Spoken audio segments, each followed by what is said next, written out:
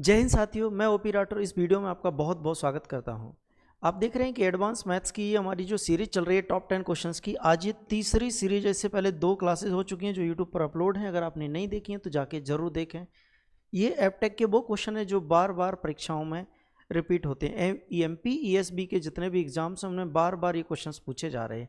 चलिए, यहाँ पर आपको 10 क्वेश्चन नहीं मिलेंगे साथियों, यहाँ पर आपको 10 कॉन्सेप्ट मिलेंगे। इन 10 क्वेश्चंस के माध्यम से मैं कोशिश करता हूं कि आपको 10 कॉन्सेप्ट से रूबरू कराऊं। कॉन्सेप्ट क्वेश्चंस तो मिलेंगे, साथ में 10 कॉन्सेप्ट, क्योंकि ये 10 क्वेश्चन जो होते हैं वो अलग अलग टॉपिक से होते हैं। ये मेरा टेलीग्राम है, ये टेलीग्राम आप ज्वाइन कर लीजिए। यहाँ पर आपको जो क्लास की पीडीएफ होगी वो मिलेगी, और साथ ही साथ क्लास की जो अपडेट्स होंगी, बाकी अन्य चीज़ें भी आपको यहाँ मिलेंगी। चलिए, तो आज की क्लास का जो पहला क्वेश्चन है वो अलजेब्रा का है। अलजेब्रा का क्वेश्चन जो पटवारी में पूछा गया 23 में, कि यदि x प्लस 1/x बराबर 2 हो तो x की पावर 25, x की पावर 13 प्लस x की पावर 7 प्लस 1 का मान क्या होगा। 1 का मान क्या होगा? देखिए, आपको दिया क्या है सर, x प्लस 1/x दिया है, जो कि कितने के बराबर है सर? 2 के इक्वल है। कितने के बराबर दोस्त? 2 के बराबर है। x प्लस 1/x बराबर 2। अब मैं कहूँ कि अगर ये 2 है, x बराबर 1 ले लो और x 1/x बराबर भी 1 ले लो। अगर मैं यहाँ 1 रख दूँ, यहाँ 1 रख दूँ, तो क्या 1/x बराबर नहीं, x बराबर 1 मान लो। आप x बराबर 1 मान लो तो आप यहाँ भी 1 बोलोगे, यहाँ 1/1 बोलोगे, यानी 1 और 1 को जोड़ने पर 2 आ जाएगा। क्या आप ये मान लीजिए कि x बराबर 1 है। हमने ऐसा मान लिया x बराबर 1। अगर आप इसको इसमें पुट करते हो तो बहुत आसानी से क्वेश्चन का आंसर आ सकता है। ये 1 की पावर 25 प्लस 1 की पावर 13 प्लस 1 की पावर 7 प्लस 1। आपको पता है ये सब 1 होता है। 1 प्लस 1 प्लस 1 प्लस 1 कितना हो जाएगा सर? ये 4 आ जाएगा। मतलब आप ऐसे क्वेश्चनों को देखकर कर सकते हो। अच्छा, ये आप कब लगा सकते हो? जब आपको x प्लस 1/x बराबर 2 दिया हो, क्योंकि 1 प्लस 1 तभी 2 हो सकता है, और किसी कंडीशन में ये नहीं लगेगा। अगर बराबर में 2 से ज़्यादा या कुछ और दिया है तो कोई दूसरा तरीका अपनाना पड़ेगा, ठीक है। लेकिन ये करने का सबसे बेहतरीन तरीका, इस तरह का क्वेश्चन अगर आता है, अगर ये आएगा तो सेम सिमेट्री, मतलब ऐसे ही पूछा जाएगा, x प्लस 1/x बराबर 2, तो हम सीधे x बराबर 1 मानकर इसमें पुट कर सकते हैं और आपका आंसर आ जाएगा बहुत आसानी से। अगला जो क्वेश्चन है हमारा वो स्ट्रेट का है, सांख्यिकी का है, कि यदि किसी डेटा सेट का विचरण यानी वेरिएंस 9 है तो इसका मानक विचलन यानी स्टैंडर्ड डेविएशन क्या होगा। तो मैं आपको स्टैंडर्ड डेविएशन का फॉर्मूला बता देता हूँ। स्टैंडर्ड डेविएशन का फॉर्मूला होता है रूट के अंदर विचरण। आप बोलेंगे ऐसा मैंने तो नहीं देखा। आपने दोस्त ऐसा देखा होगा। स्टैंडर्ड डेविएशन बराबर क्या होता है? रूट के अंदर समेशन x माइनस एक्स बार का होल स्क्वायर अपॉन, ऐसा देखा होगा। और इसका नाम क्या है? इसका नाम ही विचरण है, क्योंकि ये जो फॉर्मूला है वो विचरण का है। तो विचरण का अगर स्क्वायर रूट निकाल देते हैं तो स्टैंडर्ड डेविएशन यानी मानक विचलन आ जाता है। तो ये कितना था सर? रूट के अंदर 9 था, तो बाहर कितना आ जाएगा? 3 आएगा। अच्छा, बहस ये हो सकती है, बहस का मुद्दा, कि ये प्लस का आएगा कि माइनस का आएगा। तो ये हमेशा पॉजिटिव आता है, क्योंकि स्टैंडर्ड डेविएशन को मोड के अंदर रखते हैं। तो वैल्यू क्या आएगी? 3 आएगी। उत्तर 3 हो जाएगा। अगले क्वेश्चन की ओर बढ़ते हैं। क्वेश्चन नंबर 3 एमपी कांस्टेबल 2022 में पूछा गया कि 2 500 को एक साथ फेंका जाता है तो संख्याओं का योग 6 का भाजक यानी फैक्टर। मुझे आप ये बताइए 6 के फैक्टर,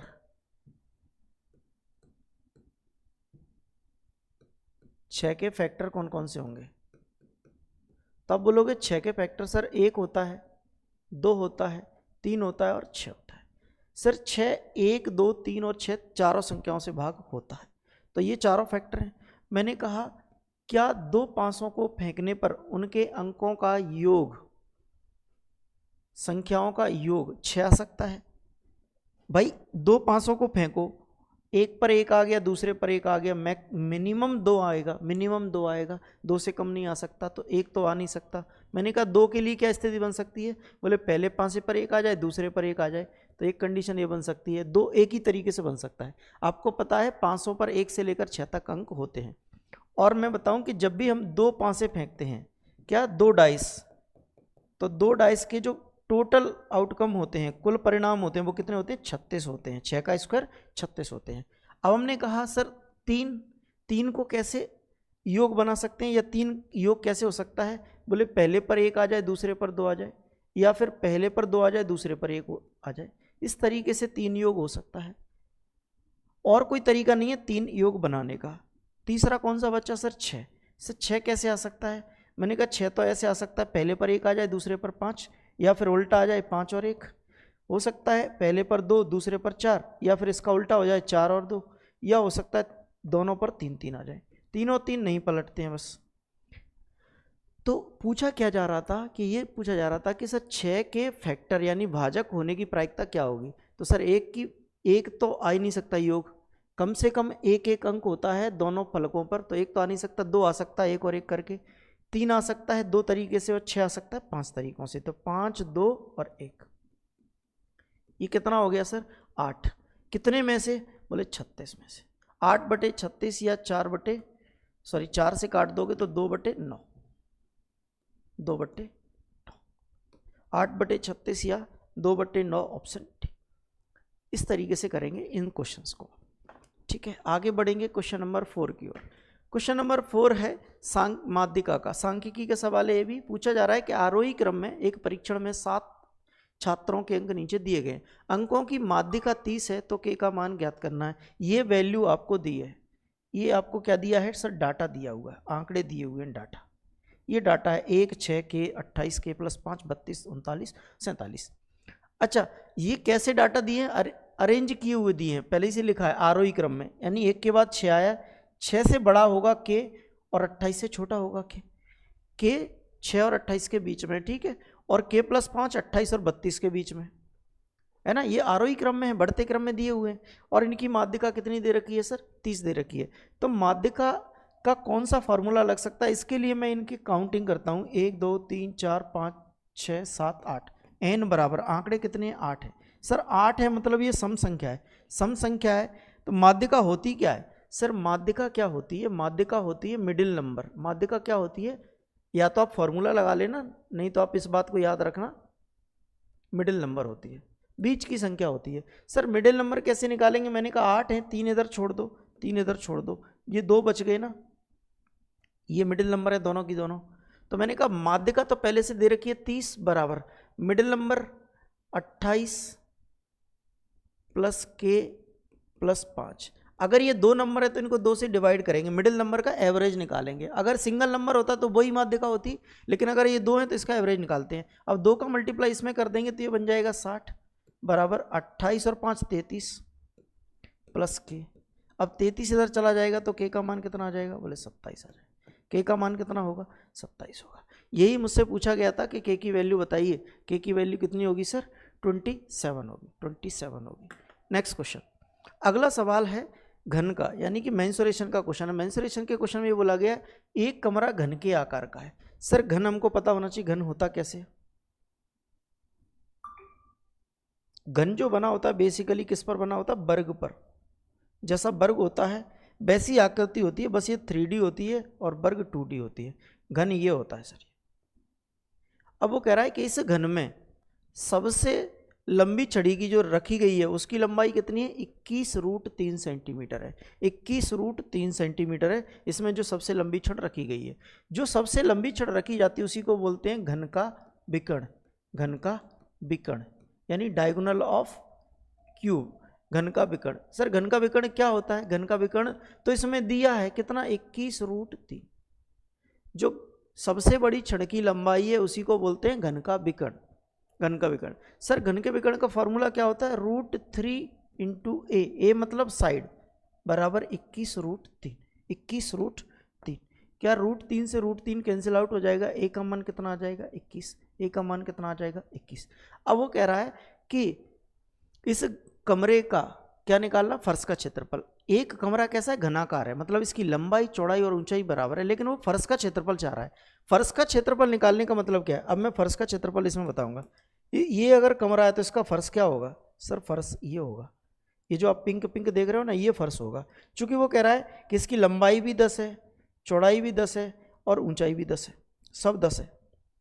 अब मुझे जो क्षेत्रफल निकालना है वो तो लंबाई चौड़ाई से निकालना है, लंबाई चौड़ाई से निकालना है। तो कमरे का जो क्षेत्रफल आएगा वो कितना आ जाएगा, बोले 10 × 10, सॉरी 10 बोल रहा हूँ मैं, 21 है।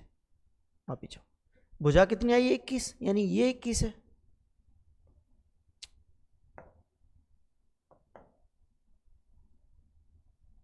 ये 21 है और ये भी 21 है, लंबाई और चौड़ाई। तो क्षेत्रफल कितना आ जाएगा 21 गुणा 21। 21 गुणा 21 कितना होता है 441 यानी 441 वर्ग सेंटीमीटर क्षेत्रफल पूछा। अगर आयतन पूछा जाता तो सर, इसका आयतन पूछा जाता तो a की पावर 3 होता, मतलब भुजा का क्यूब होता। भुजा का क्यूब होता तो 21 का क्यूब कर देते, 92 61 आ जाता।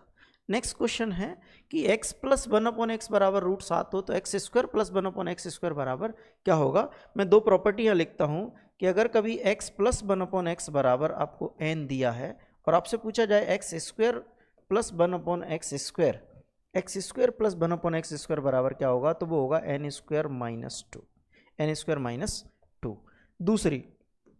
दूसरी प्रॉपर्टी कि अगर कभी आपको x माइनस 1/x बराबर n दिया है और आपसे पूछा जाए x square plus 1/x square, तो क्या होगा, तो ये होगा n square plus 2, n square plus 2। आप दोनों को ध्यान से देख लीजिए, ये दिमाग में बैठा लीजिए, या अगर आपको लगे कि इंपॉर्टेंट है तो आप नोट कर लीजिएगा, पहले से नहीं पता है तो। ये रिजल्ट हैं, डायरेक्ट याद रखने के लिए रिजल्ट हैं कि अगर x प्लस 1/x बराबर n है तो x square plus 1/x square बराबर n स्क्वायर माइनस 2। अगर यहाँ प्लस है तो इधर माइनस होगा, और अगर यहाँ माइनस है, मान सेम निकाल रहे हैं x square plus 1/x square का, तो यहाँ पर क्या आ जाएगा, ये प्लस आ जाएगा। बस इतना सा याद रखना आपको।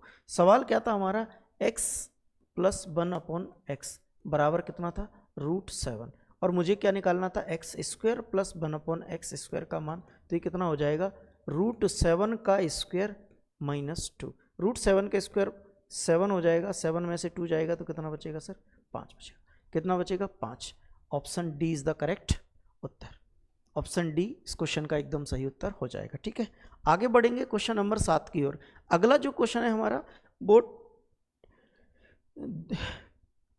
ट्रिग्नोमेट्री का है, हाइट एंड डिस्टेंस का क्वेश्चन है। किसका, हाइट एंड डिस्टेंस का सवाल है। चलिए मैं एक त्रिभुज बना देता हूं, ये एक त्रिभुज है। ठीक है, एक्चुअल में त्रिभुज तो मैं बना रहा हूं सवाल सॉल्व करने के लिए। सवाल क्या है ये देखेंगे आप। सवाल है कि आंधी से टूटा हुआ एक पेड़ भूमि से 30 डिग्री का कोण बनाता है, जिससे उसकी दूरी आधार से 20 मीटर है, तो पेड़ की लंबाई ज्ञात करो। देखिए, इसको करने का पहले मैं पेड़ बना के दिखाता हूं आपको। मैंने कहा ये था पेड़, ये पेड़ था, ये इसका आधार था। अब इसका क्या हुआ, ये यहां से टूट गया, यहां से टूट गया। टूटने के बाद अगर ये झुकेगा तो कैसे जाएगा, यहां आ जाएगा कि नहीं, यहां से टूटा तो झुककर यहां आ गया, और यहां झुकने पर ये कितने डिग्री का कोण बना रहा है, 30 डिग्री का।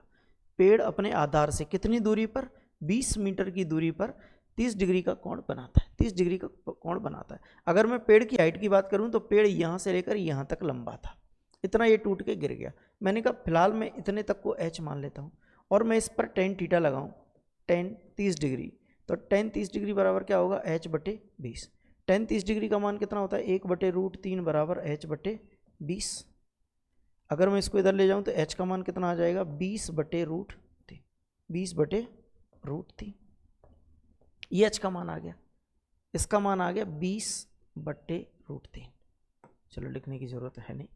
अब देखिए, अब मैंने कहा पेड़ तो यहां से टूट के यहां आ गया, तो इसकी भी, पेड़ की अगर मैं पूरी बात करूं तो यहां से लेकर यहां तक तो है, ये भी तो पेड़ ही है, ये झुक के इधर आ चुका है, तो मुझे इसका मान निकालना। मैंने इसका मान x मान लिया, इसका मान मैंने x मान लिया। अब इसका मान कैसे निकालेंगे, मैंने कहा साइन थीटा लगा लो, साइन थीटा बराबर, या साइन 30 डिग्री लगा दो ना, साइन 30 डिग्री बराबर, साइन थीटा बराबर क्या होता है लंब बटे कर्ण, यानी h/x।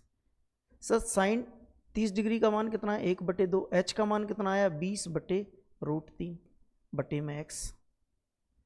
अब मैंने कहा ये इन दोनों का तो गुणा हो जाएगा, मैं चाहूं तो इसको साथ में लिख सकता हूं, √3 गुणा x ऐसा लिख सकते हैं।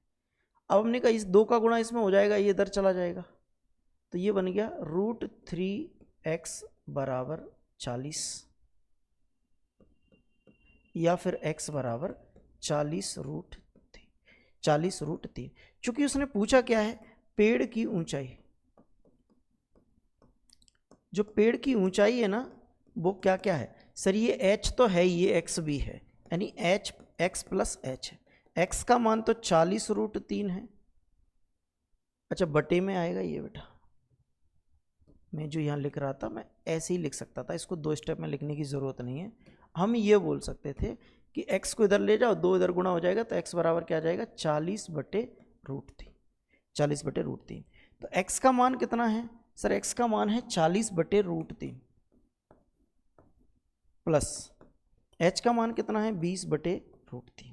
अगर जोड़ेंगे तो ये क्या आएगा 60/√3, और उसके बाद रैशनलाइज कर दो इसको तो √3 का गुणा ऊपर हो जाएगा, √3 से भाग लग जाएगा, तो ये 3 गुणा 3 3 बन जाएगा, √3 का गुणा करेंगे तो क्या बनेगा 3, और इस 3 से 20 बार कट जाएगा, पूरा कट गया तो क्या आ जाएगा फाइनली 20√3 इज द करेक्ट उत्तर।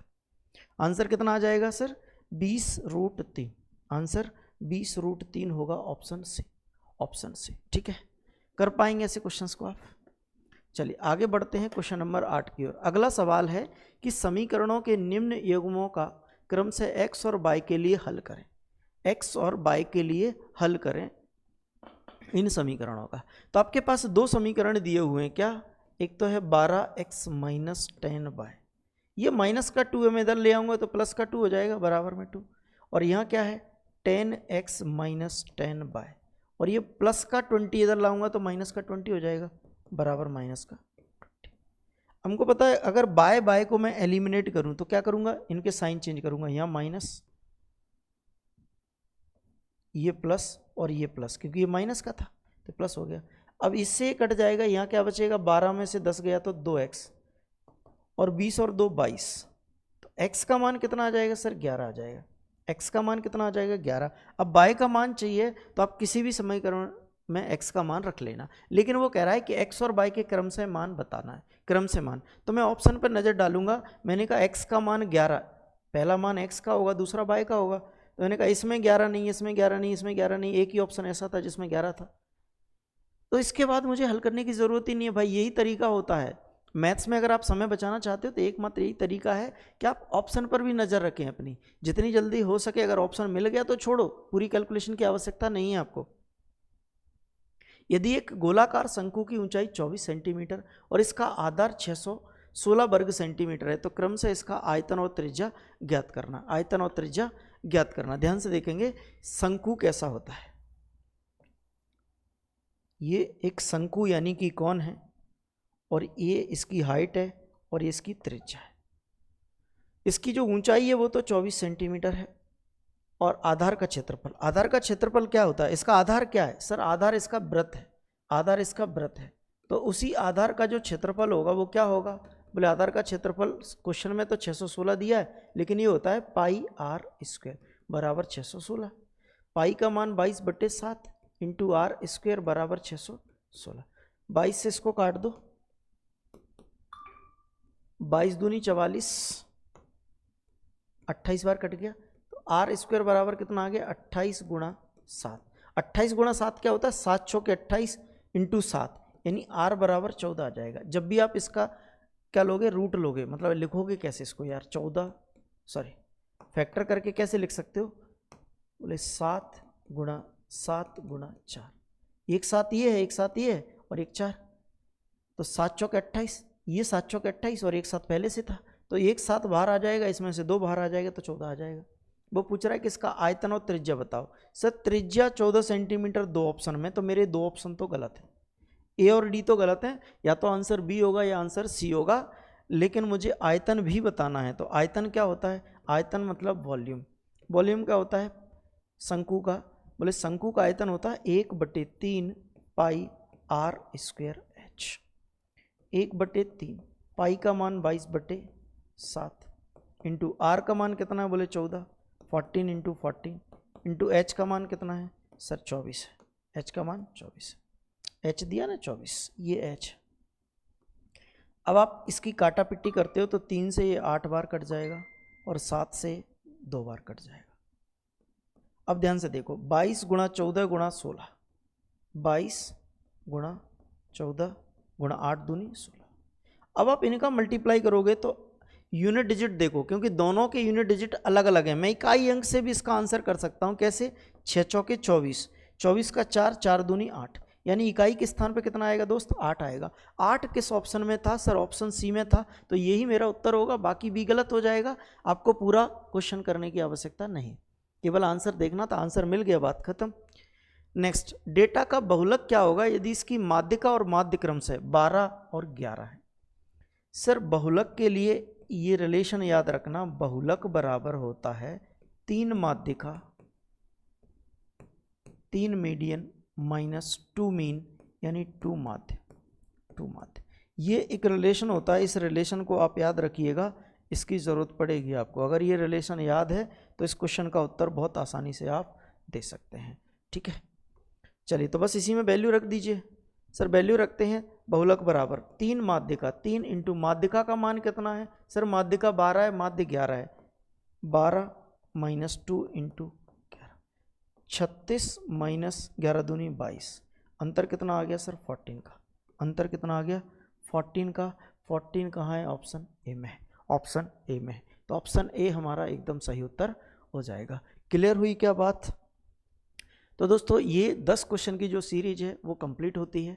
आपको ये वीडियो कैसा लगा ये कमेंट करके ज़रूर बताना, और अगर वीडियो अच्छा लगा हो तो अपने दोस्तों के साथ शेयर करना ना भूलना, और अगर आप चैनल पर नए हैं तो चैनल को सब्सक्राइब जरूर करें। थैंक यू सो मच, मिलेंगे नेक्स्ट वीडियो में, तब तक के लिए टेक केयर, बाय बाय, जय हिंद, जय भारत।